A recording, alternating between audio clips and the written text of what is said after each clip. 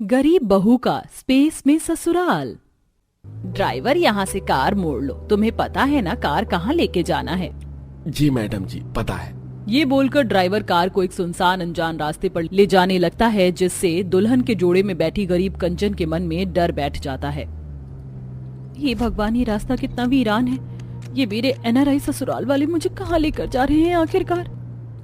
कुछ देर बाद आते ही कंचन एक रॉकेट देखती है, जिसके पास दो आदमी स्पेस सूट पहनकर खड़े थे।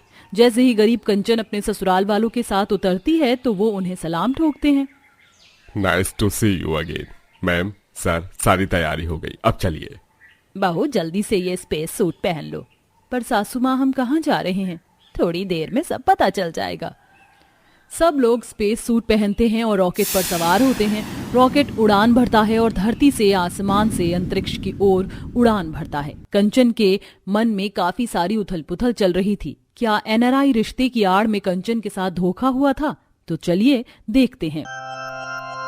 ये ले कंचन बिटिया, दही चीनी खाकर जा, शुभ होता है। कंचन अपने गरीब माँ रेवती के हाथ से दही चीनी खाकर दोनों से आशीर्वाद लेती है। माँ, पिताजी आशीर्वाद दीजिए। खुश रहो बिटिया, देखना तू परीक्षा के इम्तिहान में सबसे अव्वल आएगी और वजीफा भी लेकर आएगी, मेरा दिल कहता है। आपके मुंह में भी घी शक्कर बाबा, चलिए चलते हैं। कंचन अपने पिता के साथ झोपड़ी के खांचे से निकलकर जाने लगती है। गांव के सब लोग खफा भरी नजरों से जनक और उसकी बेटी को घूरते हुए तरह तरह के ताने मारते हैं। देख तो लो, क्या जमाना आ गया। कहाँ तो बहू बेटियों को पर्दे में रखा जाता था और ये जनक बड़ा बेशरम है। बेटी को स्कूल ले जा रहा है, पढ़ लिख जाएगी तो पता नहीं क्या गुल खिलाएगी। कंचन पड़ोसन शीला की बात का जवाब देती है। वाह शीला काकी, लड़के पढ़े लिखे तो नाम रोशन करेंगे और लड़की ज्यादा पढ़ जाए तो गुलछर्रे उड़ाएगी। कैसी गिरी हुई दोगुली सोच है आपकी। गलती आपकी नहीं, आप लोगों की रूढ़िवादी सोच की है। मगर जमाना बदल गया है, आजकल लड़की चांद को छू रही है। आप भी अपनी सोच बदलिए। चलिए बाबा। कुछ देर में दोनों स्कूल पहुंचते हैं। कंचन की अध्यापिका अंग्रेजी में कहती हैं, Kanchan, you are the brilliant student. Janak भाई साहब, बधाई हो, आपकी बेटी ने 12वीं में पूरे जिले में टॉप किया है और साइंस में पूरे 100 में से 100 अंक लाई है हमारी कंचन। मैं आपसे बस इतना ही कहना चाहूंगी कि आप इसकी आगे की पढ़ाई को जारी रखना। कंचन में कुछ बड़ा करने की काबिलियत है। मैडम जी, मेरी कंचन ने टॉप क्लास पास किया है, मेरा सीना गर्व से चौड़ा हो गया। एक बेटी की तरक्की से एक बाप से ज्यादा कौन खुश होगा। मगर आप तो जानती हैं इस गांव के लोगों की सोच किस कदर पिछड़ी हुई है और मेरे पास इतने पैसे नहीं कि उसे आगे बढ़ा सकूं।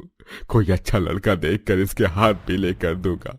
उम्र में बेटी का कन्यादान कर देना ही बाप का कर्तव्य होता है। अपने गरीब पिता की बात सुनकर कंचन की आंखों में आगे बढ़ने की उम्मीद चकनाचूर हो जाती है। रात में वह मुरझाए मन से चौखट पर बैठी रोते हुए आसमान को देख रही होती है। कितने ख्वाब देखे थे मैंने कि एक दिन इस आसमान को छू लूंगी, मगर सारे ख्वाब बिखर गए। ये गरीबी और समाज क्यों हर बार लड़कियों के लिए बेड़ियां बनती आई है। कंचन रोते रोते वहीं सो जाती है। अगली सुबह, कंचन, कंचन बिटिया उठ जा, यहाँ क्यों सो रही है? वो बापू, रात को ताजी हवा खाने के लिए बैठी थी, कब आंख लग गई पता ही नहीं चला। आप इतनी सुबह सुबह कहाँ जा रहे हैं? मुखिया जी ने आज पंचायत रखी है, वहीं जा रहा हूँ। आज बिजली के ऊपर कुछ खास मुद्दा उठने वाला है। फिर तो मैं भी चलूंगी बाबा। मगर बिटिया, यहाँ केवल मर्दाना लोग होंगे। मर्दों की पंचायत में अकेली लड़की का जाना शोभा नहीं देता। पिताजी, मेरे गांव की तरक्की और भविष्य का सवाल है, मुझे चलने दीजिए। कंचन अपने पिता के साथ पंचायत में आती है। सब लोग बारी बारी से अपना विचार बताते हैं और अंत में कंचन अपना तर्क देती है। मुखिया जी, गांव में बिजली लाने का ये स्रोत काफी खर्चीला रहेगा। हमारे गांव में नदी पोखर भी तो हैं। हाँ, मगर कंचन बिटिया, बिजली का पोखर नदी से क्या लेना देना? मुखिया जी, मैंने विज्ञान में पढ़ा है, बिजली पानी से ही पैदा होती है। मैं कर सकती हूँ, मुझे केवल कुछ पढ़े लिखे लोगों का सहयोग चाहिए होगा। या शुभम है, इनसे मिलो, बिजली बनाने में ये तुम्हारी मदद करेंगे। शुभम और कंचन पानी से बिजली बनाते और पूरा गांव रोशनी से भर जाता है। समझ में नहीं आता शुभम जी, आपका धन्यवाद कैसे करूं। मुझे तो उम्मीद नहीं थी कि हमारे अंधेरे भरे गांव में रोशनी आएगी। उम्मीद पर तो दुनिया कायम है कंचन। कल मैं इस गांव से वापस चला जाऊंगा। जाने से पहले मैं तुम्हें अपने दिल की बात बताना चाहता हूँ। मैं तुम्हें चाहने लगा हूँ और मैं एक एनआरआई लड़का हूँ। लोगों को लगता है कि एनआरआई लड़के धोखेबाज होते हैं, मगर मैं वैसा बिल्कुल नहीं हूँ। क्या तुम मेरी जीवन साथी बनोगी? शुभम कंचन के आगे शादी का प्रस्ताव रखता है। अगले दिन शुभम के स्टैंडर्ड क्लास परिवार वाले रिश्ता मांगने आते हैं। बहन जी, हर माता पिता यही चाहता है कि उसकी बच्ची को अच्छा घर वर मिले। हमें रिश्ता मंजूर है। ठीक है, मगर शादी आज के आज करनी होगी, क्योंकि और देर क्यों करना। उसी दिन कंचन शुभम की शादी हो जाती है और कंचन अपनी आंखों में नई जिंदगानी के हजारों ख्वाब सजाए हुए विदा हो जाती है। जहां कार एक प्राइवेट रॉकेट के पास आती है और कुछ पलों में सब स्पेस में पहुंच जाते हैं, जहां आसमान में हजारों सितारे टिमटिमा रहे थे। माँ जी, ये कौन सी जगह है और यहाँ की जमीन रेतीली क्यों है?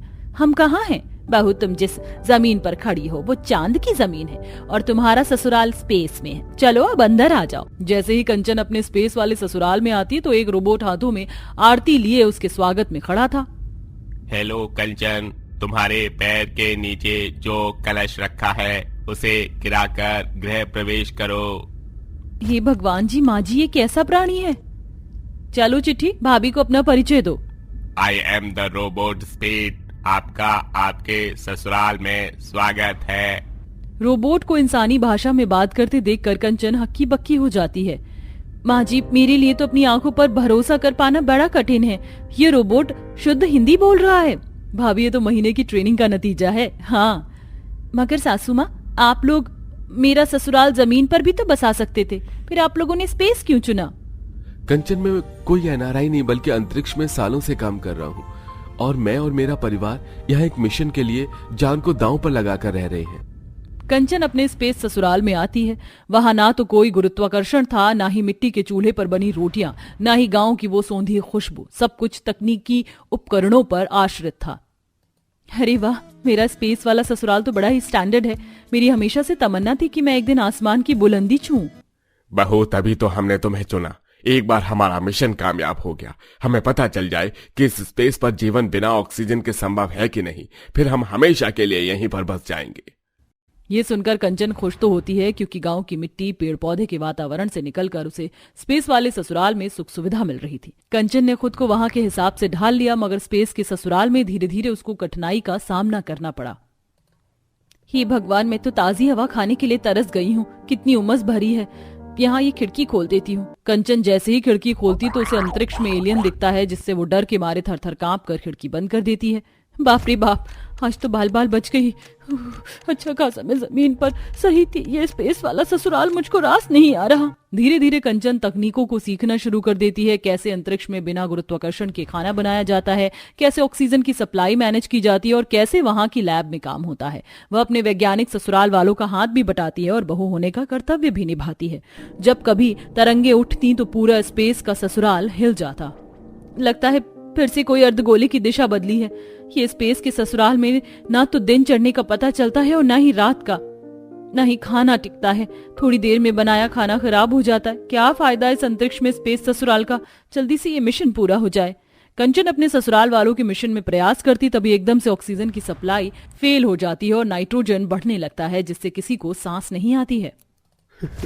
ये जहरीला नाइट्रोजन गैस तेजी से फैल रहा है। हम लोगों को अभी के अभी स्पेस से निकलना होगा। पूरा ससुराल रॉकेट में सवार होकर वापस आ जाता है, जहां अंत में बहू कहती है, माँ जी, अब हम उस स्पेस के ससुराल में नहीं जाएंगे। ईश्वर ने हमें इतनी सुंदर प्रकृति बना कर दी है, चांद सूरज दिया है, फिर क्यों इसके साथ छेड़छाड़ करना? अब हम यहीं रहेंगे। हाँ बहू, जान है तो जहान है। अब हम यहीं रहेंगे। भाड़ में गया स्पेस वाला मिशन, अब हम नीचे ही रहेंगे अपनी एक अलग जिंदगी बनाकर। फिर क्या था, कंचन का पूरा परिवार एक अच्छा सा घर खरीद कर एक अच्छी सी जिंदगी जीता है और कंचन को एक जमीन से जुड़ा ससुराल मिल जाता है। कड़ाके की ठंड में तड़के सुबह 3 बजे सुधा और शांति गाय का दूध निकाल रही होती हैं। खूंटे में बंधी बच्चियां रंभा रही थी। माँ जी देखिए ना, बच्चिया कैसे छटपटा रही है। मैं अब इसको खूंटे से खोल दूं? थोड़ा सा और दूध दूह लेने दे बहू, वरना ग्राहकों को दूध कम पड़ जाएगा। चल अब खोल दे बछड़े को। शांति गाय का ताजा दूध डब्बे में भरकर साइकिल के दोनों तरफ टांग देती है और दोनों इतनी ठंड में सुबह सुबह 4 बजे जाने लगती हैं। सुरभि बिटिया, मैं और दादी दूध बेचने जा रहे हैं, पिताजी का ध्यान रखना। ठीक है माँ, जब तक तुम और दादी लौट कर नहीं आओगी मैं पिताजी का ख्याल रखूंगी। कुछ ही देर में दोनों सास बहू निकल जाती हैं। चारों तरफ कुहासा छाया था। कुछ देर में दोनों सास बहू साइकिल की घंटी बजाते हुए शहरी सोसाइटी में आती हैं। दूध ले लो, दूध, ताजा ताजा दूध ले लो। तभी अड़ोसी पड़ोसी सब बर्तन लेकर दूध लेने के लिए भीड़ लगा लेते हैं। अरे आंटी जी, पता है हम सब सोसाइटी वाले 3:45 बजे से दूध का इंतजार कर रहे हैं, जल्दी से मुझे 2.5 लीटर दूध दे दीजिए। हाँ शालिनी जी, ये लीजिए आपका 2.5 लीटर दूध। आंटी जी, मुझको तो आज 3 लीटर दूध चाहिए, वो आज मुझको गाजर का हलवा बनाना है तो उसमें दूध डालना है। और 2 लीटर दूध मुझको भी देना। जी जी देती हूँ। इसी प्रकार सब बढ़ चढ़कर दूध खरीदते हैं और खूब वाहवाही करते हैं। वैसे जो भी कहो, तुम दोनों सास बहू का दूध एकदम फ्रेश, ताजा, गाढ़ा होता है। 1 कप दूध में भी फर्स्ट क्लास चाय बनती है। अरे रोमा आंटी जी, पहले तो मेरा बेटा बंकू दूध पीने से कतराता था, मगर अब 2 ग्लास दूध भी पी जाता है। अमूल दूध से भी स्वाद और मिठास है इनके दूध में। मगर आंटी जी, आप दोनों सास बहू को इतनी ठंड में सुबह सुबह 4 बजे आने में मुश्किल होती होगी ना। बिटिया, अगर ठंड का मौसम देखेंगे तो पेट कैसे भरेगा। ये पापी पेट जो ना करवाए वो भी करवाता है। ये बोलते हुए शांति की आंखों में आंसू भर आते हैं। मगर आखिरकार दोनों गरीब सास बहू के सामने ऐसी भी क्या हालात पैदा हो गए होंगे जो उन्हें ऐसे कड़ाके की ठंड के मौसम में सुबह 4 बजे दूध बेचने इतना दूर आना पड़ता है। अच्छा अम्मा, सुधा, मैं दूध बेचने शहर जा रहा हूँ, सांझ तक लौट आऊंगा। अजी, तुम्हें याद तो है ना, आज डेयरी वाले से दूध का दाम बढ़ाने की बात भी कर लेना। हाँ कर लूंगा। अच्छा चलता हूँ। कुछ देर में गोपाल शहरी बाजार के दूध डेयरी पर पहुंच जाता है। चारों तरफ हाई फाई लोगों की सोसाइटी बसी हुई है। मालिक, दूध ले आया। अरे चल जल्दी से अंदर रखवा दे, सोसाइटी वाले आते ही होंगे। गोपाल दूध अंदर ले आता है और हिचकिचाते हुए दाम बढ़ाने की बातचीत करता है। मालिक, आप तो जानते हैं मैं बिना पानी के मिलावट के एकदम ताजा गाढ़ा गाय का दूध आपको देता हूँ। इसमें गाय को दाना पानी, चोकर, भूसा भी खरीद कर खिलाना पड़ता है, तो कम से कम आप दूध के बदले 40 रुपए का रेट दीजिए। हाँ ठीक है, दे दूंगा। ये बोलते हुए लालची मालिक दूध में सोयाबीन का तेल और डबल पानी मिला देता है। डेयरी वाले की घपलेबाजी देखकर गोपाल कहता है, मालिक, आप ये बिल्कुल भी सही नहीं कर रहे हैं। आप ये मिलावटी दूध भोले भाले ग्राहकों को बेचकर उनके साथ सरासर धोखाधड़ी कर रहे हैं। इसे पीकर बड़े बच्चों की तबीयत खराब होगी। अरे बंद बुद्धि, इन बेवकूफ सोसाइटी वालों को क्या पता चलता है। तेल लेने गए सब, तू अपना फायदा देख बस। नहीं मालिक, मुझको ईमानदारी की 1 रोटी मंजूर है। गरीब जरूर हूँ लेकिन खुददार ही। ये घोटाला और घपलेबाजी की कमाई मुझे नहीं चाहिए। कुछ देर में सोसाइटी के लोग डेयरी पर दूध लेने आ जाते हैं। लालची दूध वाला चिकनी चुपड़ी बातों से ग्राहकों को ठगता है। आओ तिवारी जी, बिल्कुल अभी अभी ताजा ताजा दूध आया है, कितना दे दूं? 1 लीटर कर दो बस। कल मेरी मिसेस डेयरी से जो दूध लेकर गई थी, दूध फट गया। कहीं बासी दूध तो नहीं बेच रहे तुम भाई? अरे कैसी बातें कर रहे हो तिवारी जी, बासी दूध का सवाल ही पैदा नहीं होता। डेली ताजा गाढ़ा दूध बेचता हूँ। शुद्धता और गुणवत्ता की पूरी गारंटी है। देखो दूध पर क्या पीली मलाई जमी है, खुद ही तय कर लो अब आप लोग। सोसाइटी के भोले ग्राहक दूध पर तरल सोयाबीन तेल को घी समझकर दूध खरीदने लगते हैं। तभी गोपाल बोलता है, कृपया करके आप सब लोग ये दूध मत खरीदिए। ये दूध बिल्कुल शुद्ध नहीं है। इस पर सोयाबीन तेल और पानी की मिलावट है। इसे पीकर आप सब लोग बीमार पड़ जाएंगे। गोपाल डेयरी वाले का कच्चा चिट्ठा खोल देता है, जिससे वो भड़क कर काम से उसे निकाल देता है। अरे नमक हराम कहीं का, तूने मुझे रोड पर ला दिया। अब तू देख बेटा, तेरी ईंट से ईंट बजा के रख दूंगा। गोपाल शाम ढलते हुए ठंड में वापस से अपने गांव आने लगता है। तभी रास्ते में लालची दूध वाले के गुंडे उसके पीछे पड़ जाते हैं और बहुत मारते हैं। अधमरी हालत में गोपाल घर पहुंचता है। दोनों सास बहू की आंख में आंसू आ जाते हैं। हे भगवान, ये क्या हुआ जी? आपको इतनी चोट कैसे आई? सुधा गोपाल को बिस्तर पर लेटा देती है। गोपाल सारी बात बताता है। गरीब के पेट पर लात मारकर उस दूध वाले का भला नहीं होगा। देखो कितना खून बहाया है मेरे बेटे का। गोपाल के जख्मी होने के बाद दोनों सास बहू के आगे पेट भरवाने की दुविधा खड़ी हो जाती है। इसी तरह लगभग 2-3 दिन गुजर जाते हैं। माँ, मुझे बहुत जोरों की भूख लगी है, कुछ खाने को दे दो, पेट भी दर्द हो रहा है। क्या दूं तुझको खाने को मेरी बच्ची? घर में अन्न का एक दाना भी नहीं है। भगवान भी कैसे दिन दिखा रहा है, 2 दिनों से चूल्हा भी नहीं जला है। बहू तू पेट से है और बेचारी बच्ची के पेट में एक निवाला नहीं गया है। रुक, मैं पड़ोसन से थोड़ा आटा मांग कर लाती हूँ। माँ जी किसी के दरवाजे से कितने दिन तक मांग कर खाएंगे। भगवान की दया से हमारे पास 2 दुधारू गायें हैं, क्यों ना हम इसका दूध बेचें। दोनों सास बहू की बातचीत सुनकर गोपाल कहता है, माँ सुधा, मेरी मानो तो आप दोनों शहर में जाकर दूध बेचो। आपको पता तो है डेयरी वाला मिलावटी दूध बेचकर लोगों की सेहत के साथ खिलवाड़ कर रहा है। आप दोनों शहर में जाकर दूध बेचिए। लेकिन जी शहर तो यहाँ से कितना दूर है, ऊपर से ठंड का मौसम है।